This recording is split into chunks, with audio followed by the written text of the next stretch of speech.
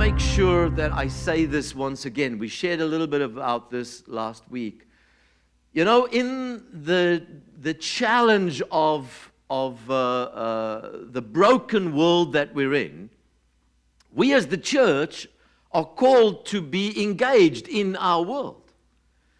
But we are called to be engaged with compassion. And that's why we're in this series speaking about compassion. But what does that mean? Because we've seen how the church at times has positioned itself in different ways. And we find 4 different postures that the church can take. The first one is what we would just call the protesting church. Now, this is what we feel we don't want to be, because there is a time where the church has to be a prophetic voice, stand strong, say this is what we believe, we are uncompromisingly committed to this. But if we only show up when we're against something, the people out there only know us for what we're against and never for what we are for. And so we have to be postured in a different way within the brokenness of our world. The second one is what we call the absent church. Well, this is where the church just says, well, you know, we don't want to get involved in any of that stuff. We'll just withdraw and we'll come together on Sundays and we'll sing our songs and hope we go to heaven.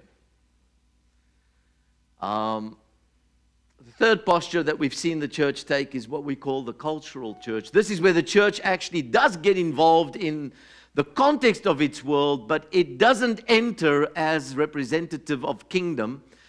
It then assumes and assimilates the very value system that is prevalent within the brokenness of our world, and it's not salt, it's not light, it doesn't really bring life to that community. And so what do we believe? We believe that we are called to be the incarnational church, or the church on mission, the church that actually steps into our world. It does not step away from the brokenness of our world, but we do this the way Jesus did it. And how did Jesus do this? Well, this is the amazing thing about the incarnation, is the fact that God becomes flesh.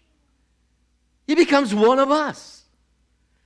He enters our world as one of us. He doesn't come and set up an office somewhere, you know, to the side and say, hey, let me tell you what we had in mind with you humans.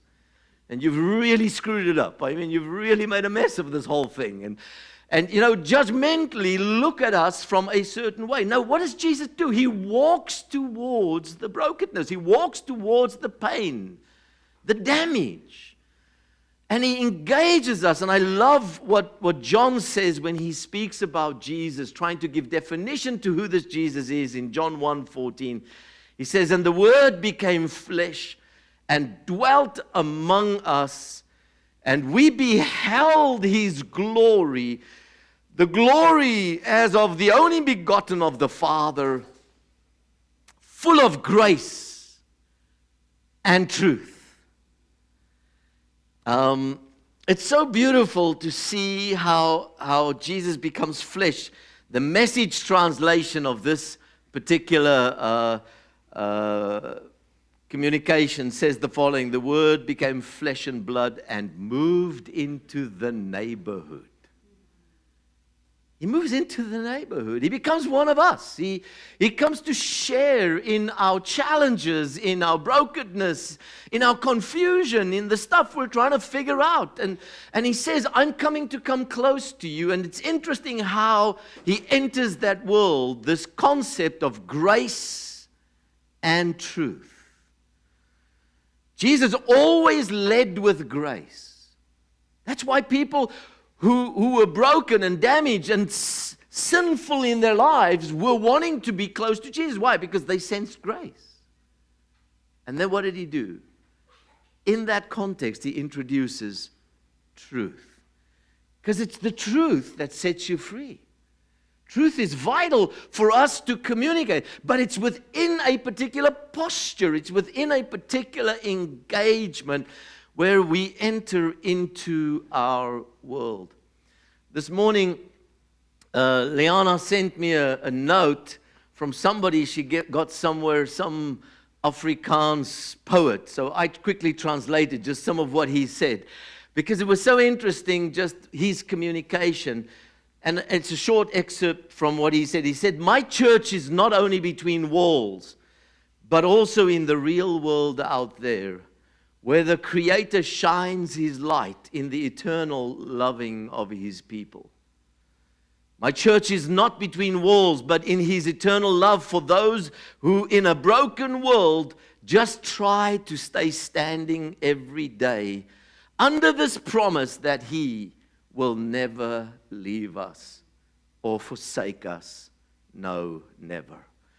And just thinking about this again to say, this is what we want to believe in Doxodeo, is that we're not trying to build a church for the church. We're establishing a community of faith that will serve our community. That we will truly be there to be an instrument of grace, that people will recognize that we're serving the community. So we are called, as we heard the last 2 weeks, as these carriers of compassion. And in our everyday world, in the mundane of every day, we can represent something called compassion.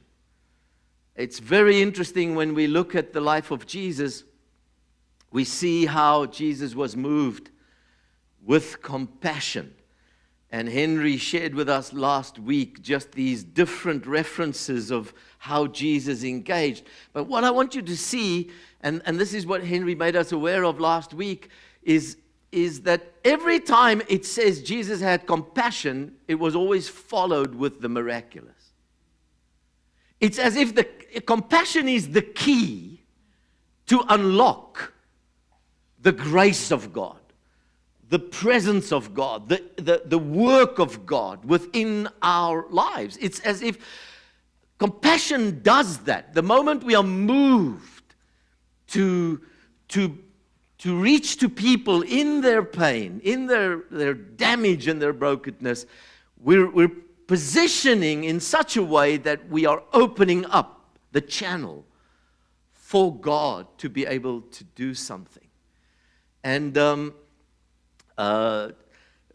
actually, the statement Henry made that kept me busy this whole week was, let's stop seeking the miraculous or stop seeking the, God moving or doing stuff. Let's start seeking compassion. And the more compassion we have, the more we might start seeing the grace of God being manifest. And just look at these scriptures. He was moved with compassion, and he put forth his hand and said, "Be clean," to those that had malats. What is that? Leprosy. Goodness. It's Angela, because she spoke about South Africans today. That's the reason. In Matthew 14, he went out, saw a great multitude, was moved with compassion. And then what happens?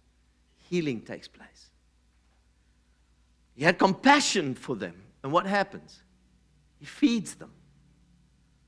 He had compassion on them. He touched their eyes, and immediately their eyes were open. Over and over, we see in Scripture that this is how it worked. Jesus was moved, and then there was the release of this grace. Army 2 weeks ago spoke to us about the feeding of the 5,000, the difference between the disciples and Jesus, where, the disciples had concern. They were the ones that saw the problem. They recognized the people are hungry. But when they looked at that challenge, they immediately felt, what difference can we make? We don't have the resources. We can't have, the effect on this challenge that we would like to see. And then they come to Jesus, and the Bible says Jesus had compassion. And many times I think we see ourselves more in the disciples than we see ourselves in Jesus. We have concern. And concern, the way they want to address this problem when they get to Jesus is, let's send this problem away. Let's send the people away. Let's hope somewhere someone else is going to take care of this. And the church becomes a very concerned institution. We are concerned about many, many things. But it's as if we can just understand something of this shift in our own hearts to this compassion dimension, where Jesus says, no, we're going to give them something to eat. Go break up the group into 50s and 100s. And he gets them to start positioning their minds that something amazing can start to happen. But it's very interesting, consistently, it seems to me, Jesus, when he was training his disciples, remember he had them for 3 years. When he was training his disciples, he was exposing them to moments of compassion. Not necessarily sitting them down saying, listen, I want to tell you what our doctrine needs to look like. I think if it was me, if it was me with the disciples, I would have said, guys, come sit here. We've got 3 years. Here's the curriculum. The first year, I want you guys to understand some solid theology, because you guys really got to get this. Because when I leave, this whole thing is dependent on how you are going to explain this to other people. And he doesn't. Frustratingly, he doesn't. What does he do? He says, follow me, and I will make you. Now, it's how you complete that sentence that in a big way says something about how you think about being a Christ follower. If you think about, what did Jesus say? Follow me and I will make you. Make you what? Make you what? Make you, do more Bible study. Make you become a better person. We've made that so many other things. And Jesus comes and says, I'm going to make you something. You're going to look after people. You're going to live a life where your life will connect with others. You will be a fisher of men. You will relate to people. I think if we can understand this, in the week, I just read this very interesting thing that somebody posted. Robin R. Myers writes in Saving God from Religion. Can you imagine a guy writes a book like that? But he says the following. He says, consider this remarkable fact. In the Sermon on the Mount, there is not a single word about what to believe, only words about what to be and what to do. By the time the Nicene Creed is written, only 3 centuries later, there's not a single word in it about what to be and what to do, only words about what to believe. Just think about this. Now, I believe it's important to believe and believe the right things. I mean, this is one of the core components but it's interesting that somehow it's easy for us as Christ followers to gravitate to what we believe and never represent it in terms of what we do and how we engage. And so that's the challenge that I think we are faced with. If I look at the life of Jesus, I see Jesus says, guys, we got to go through Samaria. They were Jews. They hated the Samaritans. They did not want to go through Samaria. Jesus says, no, I'm going to show you something. I'm going to teach you. I'm going to teach you how to cross divides. I'm going to teach you how to reach to people that you don't like. And I'm going to show you something. And here he goes and he meets this woman at the well. I mean, just speaking to a woman in public for a rabbi, that in itself was, just a taboo. You can't do that. And this woman's life is changed. And what happens? She becomes the first city changer. Goes and touches that whole village. Jesus says, I'm showing you something. He takes them on this journey, consistently engaging with different people, showing how he crosses that divide. And I'm thinking to myself, if I have to think about this, who might be the people group that I least like? That's a challenging thought, isn't it? You didn't even think I'd say something like that. Because what does that look like for us in our journey? How do we navigate this?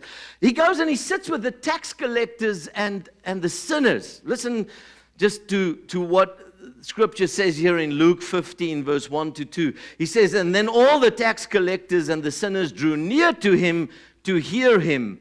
And the Pharisees and the scribes complained. The religious establishment says, time out, you can't do this. Saying this man receives sinners and eats with them. Can you just see the distance from the religious establishment to the reality? And Jesus says, I'm going to show you. Come with me, guys. We're going to sit down with these people and we're going to have conversation, because behind all their facade of making money and being in charge and working for Rome and feeling so in control, there are people that are needy and broken and damaged. And I'm going to show you how to connect with them. It was as if Jesus always wanted them to see how to go to the other side. Now, the other side is very interesting, because there is a moment when Jesus actually says to his disciples, let's go over to the other side. This is just after they've served the 5,000, breaking the bread. Amazing miracle. The disciples are high-fiving one another, and Jesus calls them together and says, guys, go over to the other side. Now, here's the thing. They did not want to go to the other side. The other side was not part of the 12 tribes of Israel. The other side was where the 7 nations of Canaan had settled. This is where the unclean people were. These were the pig-eating people. And the disciples did not want to go there, because if a good Jew went to the other side, had any connection with anybody on the other side, and came back to the Israel side, he'd have to go through a cleansing ceremony, because now he was unclean. But this is not the first time Jesus says, go over to the other side.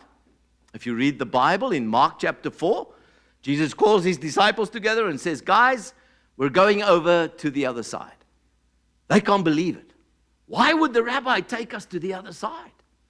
It's the unclean side. And they're thinking to themselves, bad things can happen to us if we go to the other side, because they were superstitious. They had this omen that a good Jew does not engage with the Gentiles, with the unclean. All right? But here Jesus says, we're going over to the other side. And then when Mark writes the story, he kind of heightens the tension of the story, because he says, and Jesus went and slept. You've got to see this picture. Here they are in the boat. Now they're rowing. Guys, what is this? Why are we going to the other side? We shouldn't be going to the other side. And Jesus is sleeping. But here they go. You know, Jesus said, so they're rowing. But while they're rowing, a storm comes up. Now suddenly, This storm is different to every other storm for these disciples. They've seen many storms, but this one is different. Why? Because they're going to the other side. This storm is going to kill them. So they become anxious. And when they awaken Jesus, what do they say to Jesus? Do you not care that we perish? What are they saying? Why are you taking us to the other side? But what does Jesus do? He gets up, he quietens the storm, and then they get to the other side. There's nobody there to meet them. There's nobody to welcome them. Nobody's excited about them being there. Why? Because they never had connection with those people. And so they're looking around. Nobody's there except one mad guy, full of demons, running around between the graves. And Jesus says to his disciples, that's our guy. We've come for this guy. I can just hear those disciples. This is a mission trip from hell. Why are we doing this? This is just crazy. We shouldn't be doing this. Anyway, they get hold of this guy. We don't know how, but they do get hold of him. And they drive out the demons. He's full of demons. They drive out the demons. Many of you will know the story. How the demons go into a herd of pigs. The pigs start running over the cliff. There's this mass suicide. The pigs are now dead. And now it's a problem because this has just affected the economy. And if you touch the economy, you get the attention of the people. And so that's exactly what happens. The whole region starts to come down, and they are angry. They are upset. They are telling Jesus, get out of our region. We don't want you here. The disciples, they're back in the boat. They just want to go back. But this guy that has just been set free, he looks at Jesus, and he says, can I go with? And what does Jesus say? No. He says, but here's what I want you to do. Go to every town. Go to every city. Go every place in this whole region. Go tell them your story. Jesus was so smart.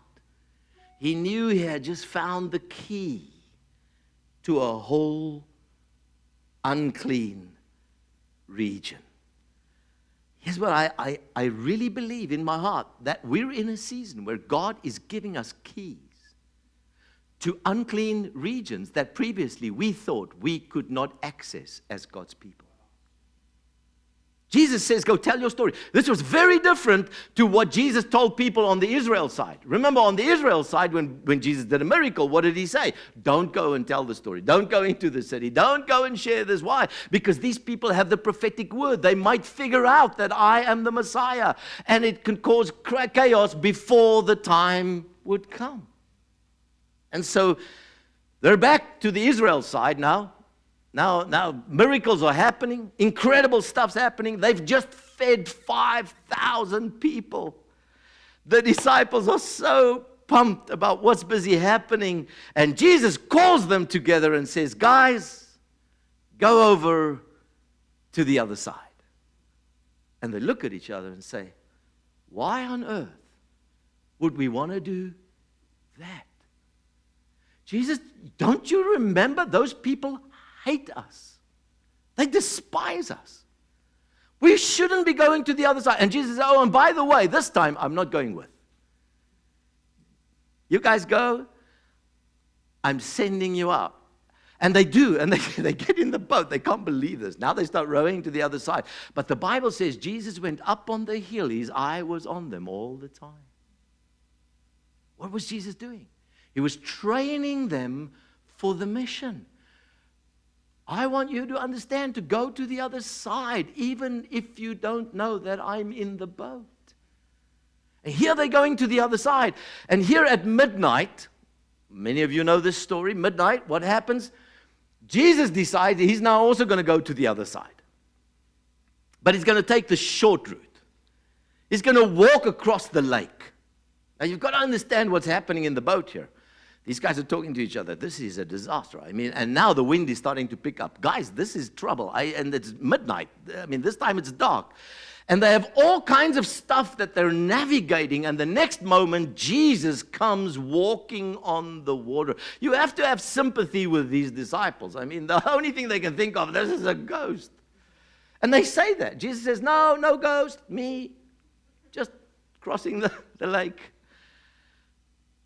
And then, of course, Peter spoils the program. Jesus has to save him. So Jesus gets in the boat with them, but they get to the other side. And here's what is important to understand. When they get to the other side,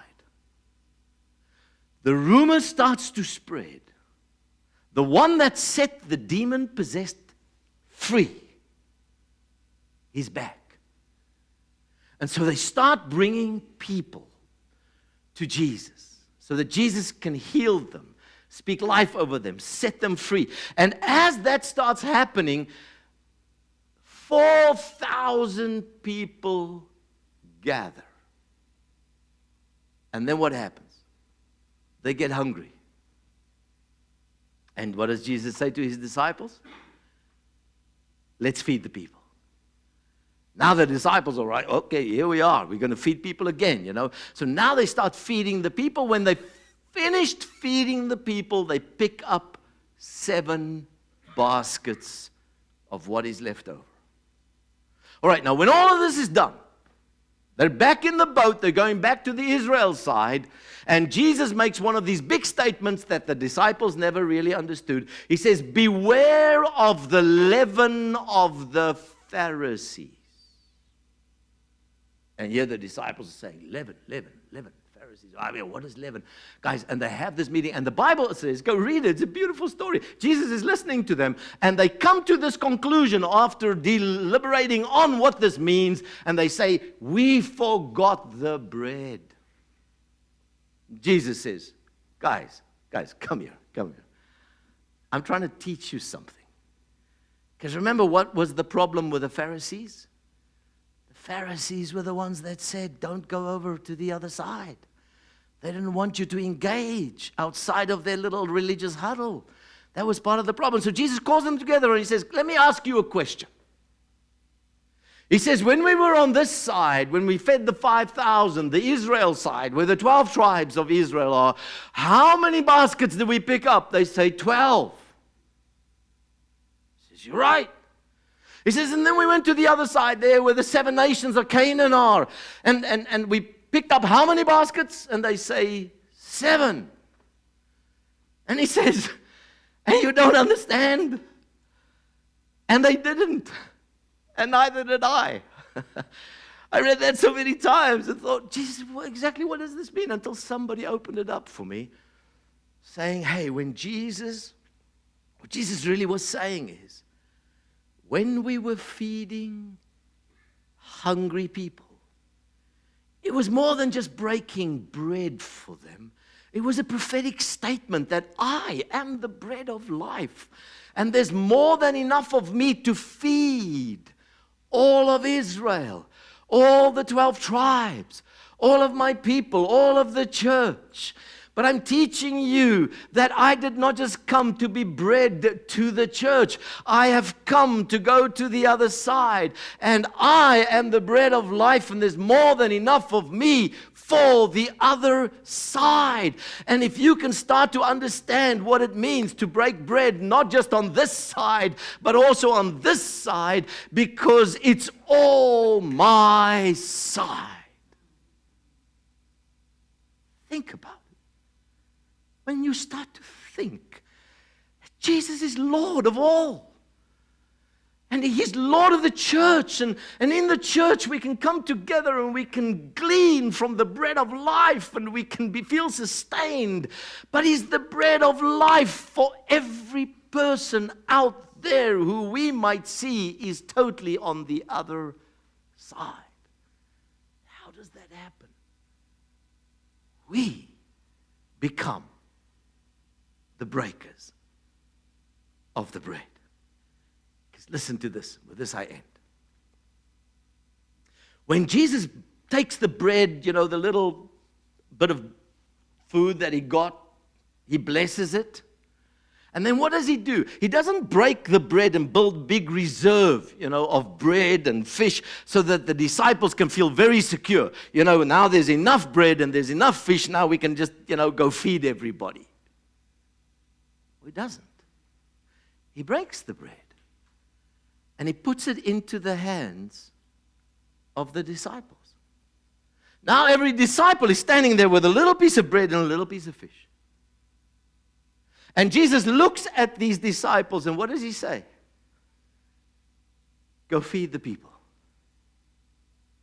Now, I could just see that picture. I just see that disciple standing there with this little piece of bread, little piece of fish, looking at the people, looking at the bread, looking at Jesus, looking at the bread, this doesn't make sense. Can you feel the tension of that moment? Because if you can feel the tension of that moment, that's the tension we live in. That's the tension we live in. When we know we need to go and feed, we need to go and engage, we need to share something, we need to just have a word of encouragement, we need to pray for somebody, we need to do something. That tension that you feel there, that's the tension of ministry. That's the tension of becoming a person that enters into this thing called compassion. And I see them standing there with this little bit, but Jesus said they must do it, so what do? Well, let's go down. I see how a disciple goes down to a group of 100 and then decide, no, let's rather start with a group of 50. And then I see him breaking that first piece. I guarantee you, the first piece was a small piece. Why? He's a smart disciple. This stuff must last. Huh? Now I see him breaking another. As he's breaking the piece, can you imagine the first guy that got the first piece? So this is it, right? I see just the tension, I'm so sorry, man, but there's, and then I see him breaking another piece. And listen to this. It was as they were breaking the pieces that they started to realize something miraculous is happening in my hand. And broke another piece. And then started to test it. Bigger piece. Bigger piece. And then, whoa! They must have been that way, because how come they broke so many pieces that they had to pick up 12 baskets? There was abundance. Here's the principle. Just start breaking the pieces. That's the principle.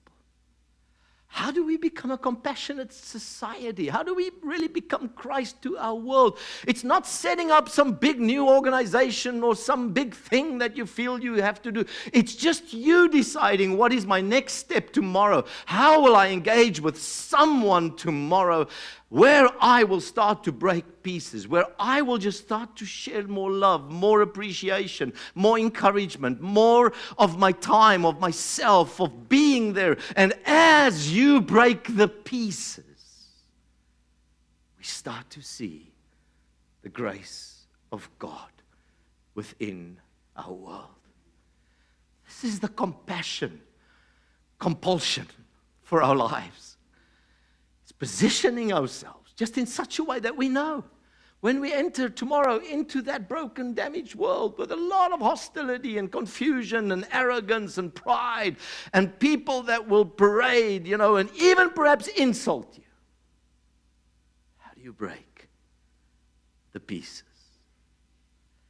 and just be that representative of kingdom life?